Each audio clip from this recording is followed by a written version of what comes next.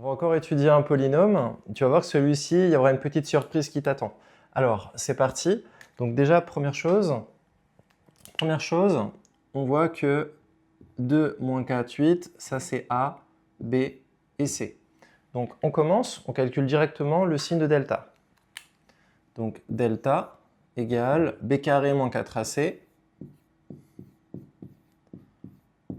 égale, donc B carré ça va faire 16, moins 4AC, moins 4 fois 8 fois 2. Moins 4 fois 8, moins 32, moins 32 fois 2, moins 64. Ouais, là il y a vraiment un problème. Parce qu'on voit que 16 moins 64, c'est négatif. Je ne vais même pas le calculer. Bon, allez, calculons-le.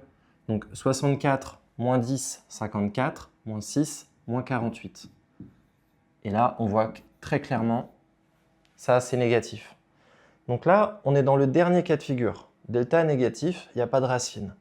Alors, il y a beaucoup d'élèves, comme ils n'ont pas l'habitude d'avoir un delta négatif, ils disent « il n'y a pas de solution », ils s'arrêtent là.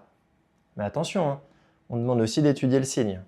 Donc là, on peut dire pas de racine. Ou alors, si tu veux vraiment bien rédiger, tu peux dire S égale ensemble vide. Il n'y a pas de solution.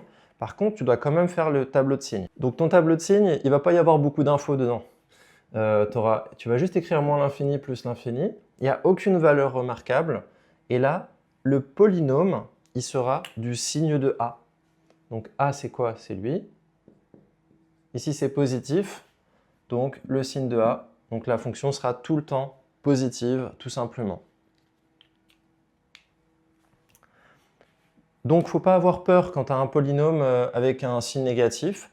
C'est juste qu'il n'y a pas de racine. Et après, tu mets le signe de A à l'intérieur du polynôme.